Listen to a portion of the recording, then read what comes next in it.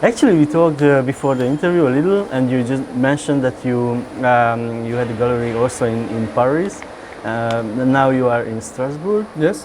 Which is also fine. And we're talking in Brussels in Art Paper Art Fair, which is quite interesting region, I think, because it's close to Basel a little bit, yes. A little bit to German part as well. But you're also close to Metz, where is also a contemporary art center. Yes.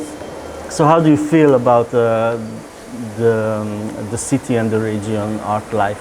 When I come back after 10 years abroad and I come back to France, I thought between Paris and Strasbourg, but finally I chose Strasbourg because deeply I am convinced that we can make a European gallery, and that was our goal. And to be based in Strasbourg, we are at the middle of the center of Europe. Yeah, you told about Basel, but when you go up, it goes to Luxembourg and it ends with Brussels. But also it can go down from Basel to Geneva and after to Milano. This is our, in French we say axe, you know, our main line at the Central Europe that we would like to really develop the gallery. We are deeply involved on these territories, and we try to explore many partnerships with the fairs, with some institutions, and also with the collector based in those regions. What you show here is very diverse. Yes. Just behind you have a collage, but here on the right side I have my favorite actually. This is Nicolas Schneider. Yes. Exactly. Yeah, this is the animal with the frames actually, with the unique frames. Yes. But you also have here on the other side you have some Foley things.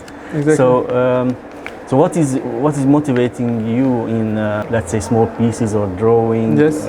Or these things? I think first of all it's the first time that we're exhibiting here in Belgium for art on paper. So our idea was also to have a larger panel of our artists and to see also how collectors here in Belgium are reacting, and to have different entries for them.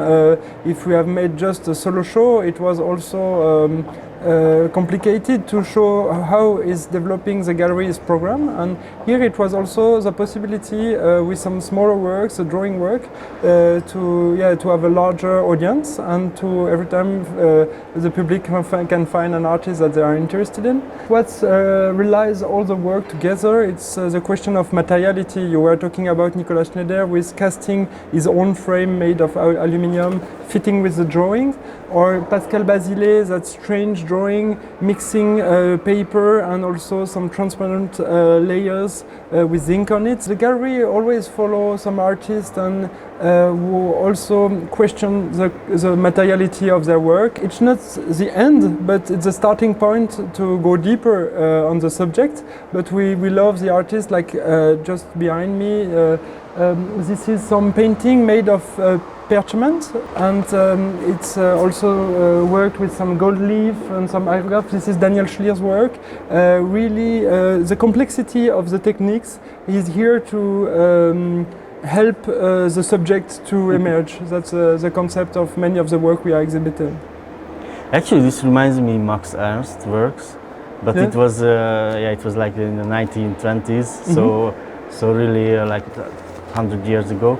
But also the other works, I have a feeling this kind of timelessness, if it exists in English, this word, but basically you are out of time. This could be made in 1,000 years ago or today, of course. Exactly. We love those artists who are not in their time, but in art history time, and that maybe in 100 years ago we will say, okay, it was an important artist, not just because it's like a fixed image of a period, but it's also part of a global art history. And for instance, Daniel Schlier, it's deeply influenced also by some classical paintings.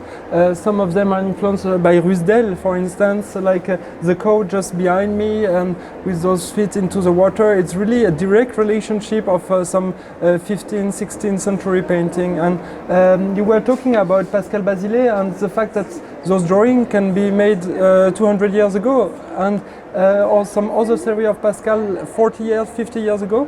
He liked to play with that time relationship, and I think that the artists are working on time. This is their material. Of course, they're making some work with some techniques, but the temporality of the work are also a part of it. When I look into these pictures, sometimes I have a feeling that I search for like a modern element when Yes. I can see that there's a mobile phone somewhere or something I like understand. that.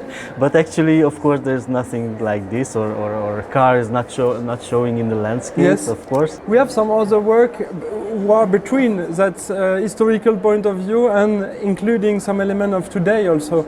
But we are not trying to show something avant-garde to be avant-garde. That's not the subject. The subject is how just to make some work that you are going to be involved in it and catching it. And I think modernity today could be that. Actually, this year I was also in London and in Paris, and I had a feeling that people are a bit more stressed about the actual date. So Yes. because there are, of course, the climate change, Yes. which affects us, the war and everything. We can count it endlessly, of course. Yes. But I can imagine that in Strasbourg it Yes. could be a bit more relaxed. But maybe that's not the case. You can tell me. Of course, Strasbourg is a smaller city, but in the same time international. So, and with Europe, we are connected to reality really, because every day there is some people working for our future politically, and also all the associations. So we are connected to reality. But of course, the city life is soft. It's a really nice city to live.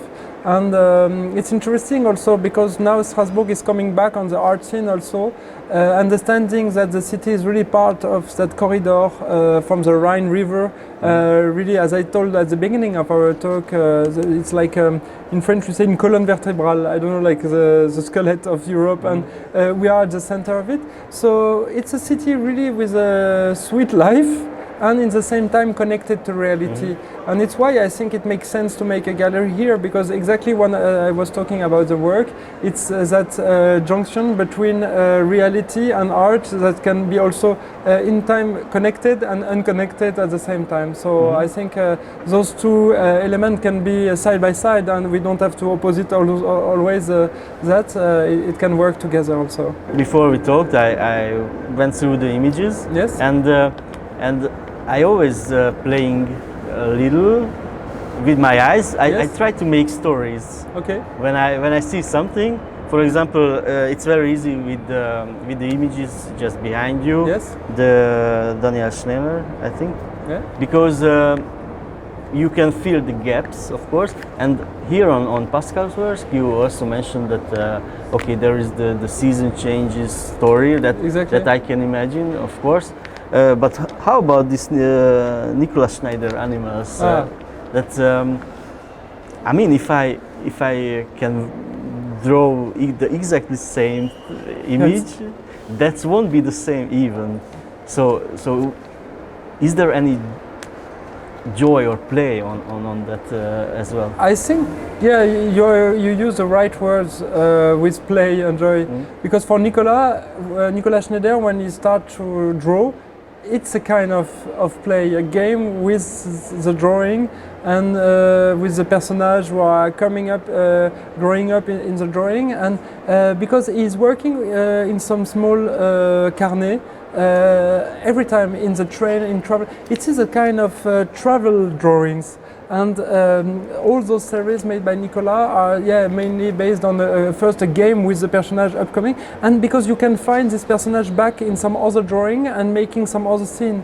So it's not a narrative with a line, a narrative line, but he used them like a kind of theater. You know, it's like a small theater where those personages are autonomous, but in the same time they are part of a global story that he tried to put us inside, and to be part of that really strange story sometimes, but with also a lot of humor, because with Nicolas we talk a lot. For instance, of Aki Kurosumaki, the filmmaker, and he's passionate about it. It's, you know, like that little switch that makes something looking really simple, but just oftenly or deeply something you are touched by it. So this is the magical part of Nicolas' drawing. You are just looking sometimes like a drawing, a child drawing, but it goes much beyond from that. You work with, I think, like 15 artists. Yes. But if I want to approach you, if I'm an artist and Yes. I'm approaching you, that I don't know. Do you have any chance if I have a kind of same style what you are exhibiting? I think what you say is again right. Many artists are coming to the gallery, but they really few are telling me when they arrive, say, okay, I have seen what you are exhibiting, and I think my work is close of what you are exhibiting. And this, I think, is the key. If you would like to attract the attention of a gallery, you have also to understand which gallery you can promote your work. It's not just to find some wall to hang some painting, but it's firstly to create a relationship. If you are not trying to understand what is loving the gallery and how you can defend your work, in that case you have no chance also to be promoted by the gallery. And on the other side, we are really solicited by many artists, but also, of course, we have some strong and we hope long-term relationship.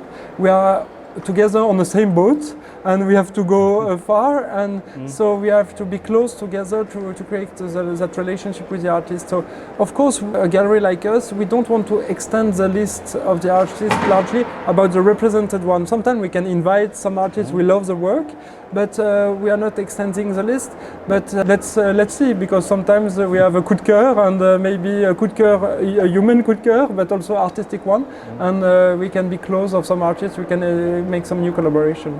Thank you very much for the Thank you so discussion. much for your interview.